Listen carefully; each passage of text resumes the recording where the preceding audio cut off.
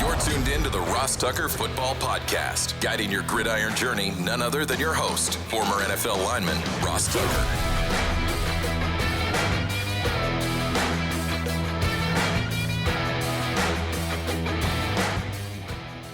Oh, yeah, it is. But it's not just any Ross Tucker Football Podcast. It's a teaching tutorial Thursday, presented, of course, as always, by DraftKings. I'm Ross Tucker, former NFL offensive lineman. You know that. 5 teams, 7 years. Now I got a bunch of media gigs. I will be in Cincinnati on Saturday. It is the Minnesota Vikings at the Bengals, 1 p.m. Eastern time. That'll be on the radio, Westwood One Radio. So if you're driving around on Saturday, Christmas shopping or whatever, going to a Christmas party, make sure you find me on the dial and listen to your boy. You know I love when you take a video or whatever, or picture of listening to me. It's hilarious to me. At Ross Tucker NFL on social. We, of course, are at Ross Tucker Pod. You can always watch the show, youtube.com/Ross Tucker NFL. A lot of people do. Tomorrow, I'm giving out winners, which I love doing. Someone that spreads the word in any way. Could be social media, could be rating and reviewing the show. I will say this, you make it a heck of a lot easier for me if you send it to me in an email, ross@rosstucker.com. Then I know, and you have a great chance to win. Just like the email I sent out yesterday to those of you that get the newsletter email, automatically guaranteed that I will personally sign and send one of these awesome press passes from this season to you if you grab a story for a loved one at myfrontpagestory.com. Coolest holiday gift I'm aware of. Sponsor confirmation. You guys know how I feel about those. I'll announce the winner there tomorrow. And then the YouTube shout out, youtube.com/Ross Tucker NFL. Subscribe, reply to any video saying, Ross, I'm just here for the shout out. Andrew Sunday is our patron of the day. Patreon.com/RT Media. Really cool, unique group of people that love the show like you. They like getting the even money betting spreadsheet. They love seeing the movement in our power rankings. I love talking with Greg Cosell, and you guys love listening. It's Big Show time. The Big Show. All right, Greg. Everybody should check him out, by the way, on social media, at Greg Cosell. Man, we got a lot of backup quarterbacks out there, Greg. Tonight, it's the Raiders hosting the Chargers. I guess now that we know Herbert's done for the year, I guess I'm just curious what you saw from him and them this year, Greg. I was really fired up about the Chargers this year, their O-line, about Herbert with Kellen Moore, and just didn't really happen for him. Yeah, I think there's a lot that goes into that, Ross, and I'll just kind of give you a Cliff Notes version. I think Herbert is really talented, and I think he's a really good player. I watch their offense, and here's what you see. Sometimes I feel like there's no great protection plan. There's no play-action pass. There's no screen. They're in gun every single time. We're in a league now where it seems like a lot of coaches think the game is 7-on-7, and they don't protect the quarterback the way, in my view, that, you need to protect the quarterback. And I just feel like they're not allowing him to be what he can be, because I don't care what people say. I know it's easy to look at the fact that they don't win games, and then people say Herbert's not as good. I guarantee if you talk to coaches around the league, they'll tell you that Herbert is a top 5 quarterback. I guarantee that. And I'm just struggling when I watch them to figure out, what the plan is. Well, that is that's rough, considering what they've accomplished or lack thereof, to have a top 5 quarterback basically in his prime these last years. And I agree, Greg. I would be surprised if I talked to a coach who didn't think Herbert was a top 5 quarterback. First time I saw, he is huge. Oh, I know. I've seen him in person as well. You're right. He's big. But just one of my quick little pet peeves, and maybe it's me. Okay. I just struggle with no play action pass from under center. I don't know how you feel as an offensive lineman. You played, as you said, for 5 teams in 7 years.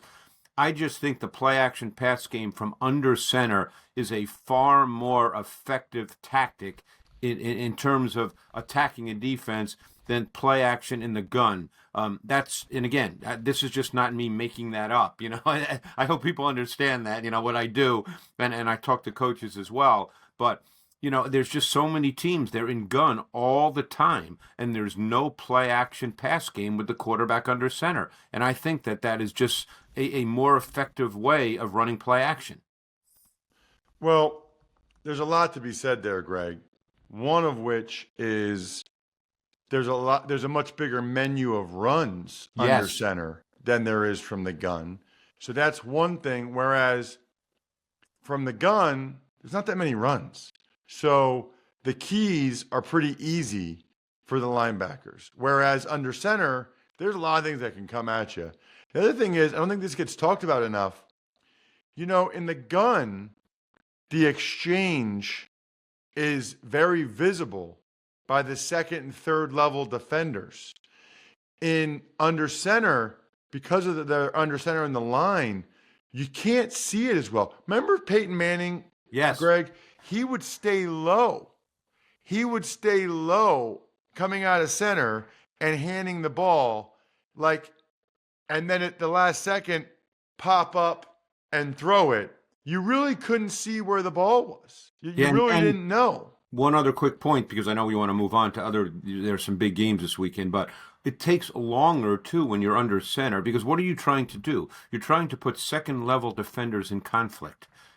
Kyle Shanahan is a master at that. You're trying to put second-level defenders in conflict. And if you have an outside zone run game from under center, you're actually getting, Ross, defensive linemen to take their first step laterally, not vertically rushing the quarterback. So to me, there's just bigger benefits with the play-action pass game under center. And if they're going lateral, it's going to be real hard for them to get pressure on the quarterback. Correct. Real hard. Let's talk about the game I'm going to be at, Greg. Yeah. It's the Vikings. Looks like it'll be Nick Mullins against the Bengals and Jake Browning. He looks pretty good to me, Greg. I mean, he looks like a guy that at the least should be a backup for a long time. Yeah. No, he's played professionally for sure, and I think they've done a couple of things to really help him. This is a case where I feel like the coaching staff has done a really masterful job, because when you get a quarterback like that, who's obviously smart, savvy, but not physically gifted the way we think of quarterbacks in terms of traits, but they've given him early in games a lot of basic one-read, no-read throws, screens, conventional screens, wide receiver screens. There's a team that's increased the use of play action. They're helping the quarterback settle into games and become more comfortable. There's no question you feel pretty good, too, when you throw a screen and your running back takes it 55 yards for a touchdown. That helps out a bit as well, obviously. But, I think ultimately they've done a really good job of allowing Browning to settle into games and become comfortable and then feel that he can take the next step in the course of that game. Greg, they might be the best screen team in the league right now. Yeah, they're really good with screens, aren't they? They killed the Colts. Yeah. And it wasn't just the long Chase Brown one. There was one to Mixon. There was another one to Chase Brown. They're impressive. Speaking of the Colts, that's an interesting one. Both teams got to have it, Greg. There's about a zillion 7-6 teams in the AFC. Steelers with Trubisky against the Colts and Minshew. Colts really struggled against the Bengals defense that had not been performing all that great. And the Steelers have really struggled, period, the last two games. Yeah, the Steelers offense is really been struggling. And Trubisky's, we started to, I feel, see that the Steelers offense could take a step forward with Kenny Pickett. And then, of course, he got hurt. And now with Trubisky. And, it's I know they want to run the ball and run the ball effectively, but they really haven't been able to do that with any consistency.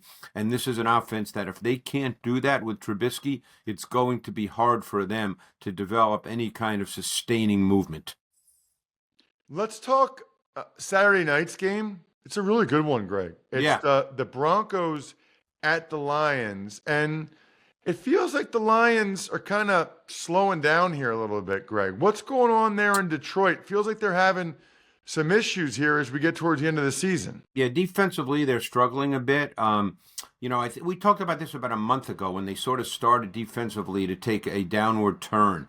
And I mentioned the play of their corners, which is still showing up. Their outside corners, Sutton and Jacobs, have not played really well over the last month or so. And it's really hurt them when they play man coverage. And I think Aaron Glenn would like to play man coverage, and I think that's his personal bent, but they've just not been able to do that well, and they haven't been rushing the quarterback as well as they did earlier in the season, and that's a bad combination. When you can't generate pass rush and your corners can't really hold up, it's why a lot of coaches have now come to believe that cornerback is the most important position on defense, because if you truly want to scheme pressure, as you know, Ross, you can scheme pressure, but it's really hard to cover up bad corner play. So they've been struggling there on defense, and that's put a greater burden on their offense.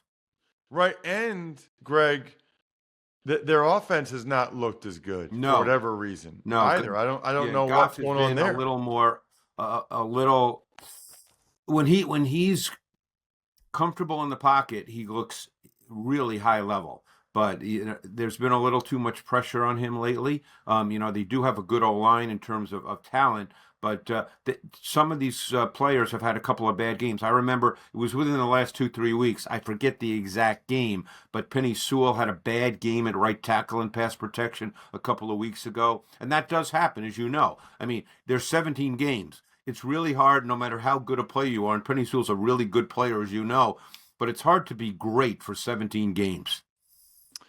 Let's move on, Greg, to the Bears and the Browns.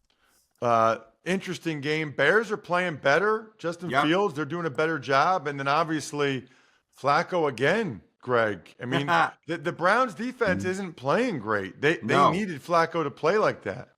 No, and Flacco did not have a great game this week, and I bet he'd be the first to tell you that he didn't play his best football. But, he certainly... The thing about Flacco is he knows what he's looking at. He can make every throw, and he gives them a lot more in the passing game because you have to defend the entire field with Flacco. And they've done a really nice job with the run action element and how that impacts defenses. They have an offense that is fully dimensional, that can attack all areas of the field. And it's allowed some young receivers like Cedric Tillman, a second-year receiver out of Tennessee. Is he second year or a rookie? I think he's a rookie, actually. But I really like Cedric Tillman coming out of Tennessee. He's a big physical kid. He's becoming a little bit of a factor. Their offense has clearly taken a step up with Joe Flacco. Anything on Chicago? Have you had a chance to watch them at all? Either side of the ball? Their defense is playing better, too. Yeah, their defense has played better. Obviously everybody wants to talk about Fields. I think Fields is a fascinating guy because, boy, do they use him in the design run game. That is a major, major part of what they do, the design run game with Fields. I would say that as a passer, his ball placement is still not consistently precise. At times, his throws are too high. He overstrides. He has a little bit of an elongated delivery. But he makes enough throws given the way the rest of the team is playing and given their emphasis on him as a designed runner. Because, as we know, that can really impact how defenses play. And with the defense playing significantly better over the last month, now they're in games. And that then when you're in games, the quarterback as a runner becomes a bigger factor. A lot of things go better together, Greg, like beer and football. Drink some Labatt Blue Lights with your friends while you're watching Thursday Night Football. Live life to the power of we. Always enjoy responsibly. Beer, Labatt USA, Buffalo, New York. All right, let's dive into the Jets and the Dolphins. I was not expecting to say to you, Greg, let's talk about this explosive Jets offense and the struggling Miami offense coming into the game. Well, I don't know if I'd say the Jets offense was explosive. No, I know. I'm just kind of... Yeah. They scored 30 points in the second half, and the Dolphins really didn't move the ball. I mean, they needed the muff punt and the No, they fumble. did not. And, it's funny. We had talked throughout this season about the best way to play that offense, and I thought the Titans and Shane Bowen, their coordinator, it was a master class. It was a lot of late rotation on the back end, show one thing pre-snap, then rotate to something else, take away for the most part those first window throws, then rely on your 4-man D-line pass rush. That's what you need to do. Now, I know Hill missed a chunk of the game. That's football. He missed it. But they had a really good plan. They executed it well. Their 4-man D-line pass rush was a big factor. We know the Dolphins lost some offensive linemen, but again, it's week 14. That sometimes happens. And clearly no one expected, I didn't see the end of the game live. So I woke up the next morning and I could not believe when I saw the score. And Will Levis is continuing to play well. Again, this is not an X and O point, but he clearly looks like he belongs. He can make throws. He's firm in the pocket. It's not too big for him. He'll find that balance between staying in the pocket and getting out when there's pressure. He has to work through that, but that should come with experience. But he can make throws. And every once in a while he'll miss some, and he may always be that guy because he's so compact and tight with his delivery. He has such a limited range of motion that sometimes that results in inaccuracy. And he, like I said, he may be a guy that misses a few here and there, but he certainly can make some big-time throws. Cowboys versus the Bills, Greg. One of 3 marquee games. What intrigues you the most heading into that one? There's so much in this one. If you look at if you're the Bills defense, a couple of things have to take place. Number one, you can't let CD Lamb be a big factor in the game. And the Cowboys have moved him around a lot more this year. But I think in given situations, specific situations, you've got to bracket him in and out, over, under. You've got to do something where he can't be a factor in specific situations. But the other player who's become a big factor for them is Jake Ferguson, and he's become a tough out, so to speak. The other thing you have to do, you watch Dak, how comfortable does he look right now? So what you have to do is you've got to change the picture on Dak. Just like I spoke about a moment ago with what Tennessee did, you've got to change the picture. You can't just play, you line up and play. You have to show something pre-snap and then post-snap have it be a little different. So there's just that moment, that fraction of hesitation in Dak. Because right now he's hitting that back foot, and boy, does he look comfortable. But he's also getting out of the pocket very effectively, so that's another element to his game. The other side, you're going to get a lot of man coverage. You're going to get man coverage, you're going to get pressure. And if you're the Bills, you've got to be able to deal with that. If you can't deal with those two things, then all you're doing is relying on Josh Allen and hope that he makes a couple of big plays. What about the Ravens and the Jags, Greg? Looking forward to that one Sunday night as well. Jags really need to get a win. Yeah, they do. It's funny. The Ravens won a really big game this week, and it's funny. I just finished watching Lamar, and I know he made some plays, but watching the tape, I didn't think that he played one of his better games, and I think he's played really well this year. I don't think he played particularly well in this last game. But Todd Monken does a really nice job with some concepts, creates opportunities for throws. And again, the thing about Lamar, and you get into these games, it's just what I mentioned with Justin Fields a moment ago. You get into these games, whether it's 2-minute situations, end of game, 3rd and long, and just the Lamar's legs become such a big factor. Red zone, and it's really difficult to defend, and you have to do certain things to defend that, and it's hard. And Lamar is still a great runner, but he did not have his best game throwing the football. It seemed like, Greg, he was holding on to the ball for a while. Like, I don't know if guys weren't open or what, but it didn't seem like he was either guys weren't open or he wasn't seeing it real well, one or the other. I think that he just wasn't seeing it real well. There were throws to be made that he didn't turn it loose. And then even when he made some throws, the ball placement was not as precise as we've seen most of this season. Because as I said, I think he's played well. And look, they got the win. They got the win on the punt return. And when your offense doesn't play quite to the level that you want it to and you still get a win, that's a good thing. How about the Eagles versus the Seahawks Monday night, Greg? Yeah, there's a lot going on here. Russ, the Eagles are really an interesting team right now. I mean, they're a classic case of just what we mentioned a moment ago with another team that defensively, and who would have thought this, Russ, going into the season? I know you're close to the Eagles. You do their preseason games, but if someone said to you in August, well, the Eagles will not be able to rush the quarterback this year, you would have said, what, are you crazy? They led the league in sacks last year. They had the most third down sacks in the league by far. They can't rush the quarterback this year. They have the fewest third down sacks in the league. And when you combine that with a secondary that's not very good, that is a recipe for not playing particularly good defense. And it's a hard thing to get beyond, because you can sit here and say, well, then they got to increase their pressure. Well, if you increase your pressure, you're taking a player out of coverage, and they're not covering very well. So I'd be curious to see if there's some changes made from a personnel standpoint. I don't know what they could be, but right now, their defense is not playing well at all, and it starts, with the fact that they cannot rush the quarterback.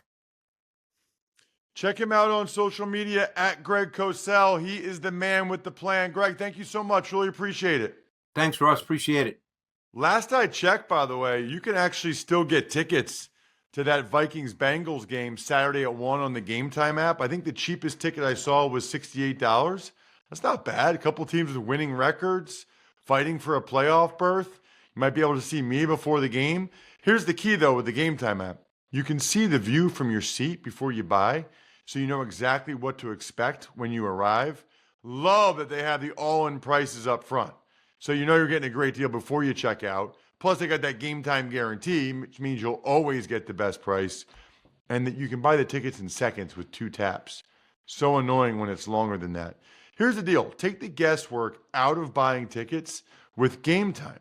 Download the Game Time app, create an account, and use code ROSS for $20 off your first purchase. Terms apply. So again, create an account, redeem code ROSS for $20 off. Download Game Time today. Last minute tickets, lowest price, guaranteed. And if you can't make it to the game, by the way, Jack, just order on DoorDash. Pizza cravings hit at halftime, ordering time. Dreaming about tacos during a timeout? Boom, they're on your doorstep. Wait, you want burgers, chips, dips, drinks, and wings instead? Even better. Order on DoorDash and get everything you want delivered without missing a minute of the game. Tux Takes. All right, Ross. According to NBC's Tom Curran, Patriots owner Robert Kraft has made a decision to move on from head coach Bill Belichick after Week 10. So that's interesting that Curran didn't say that until Week 15.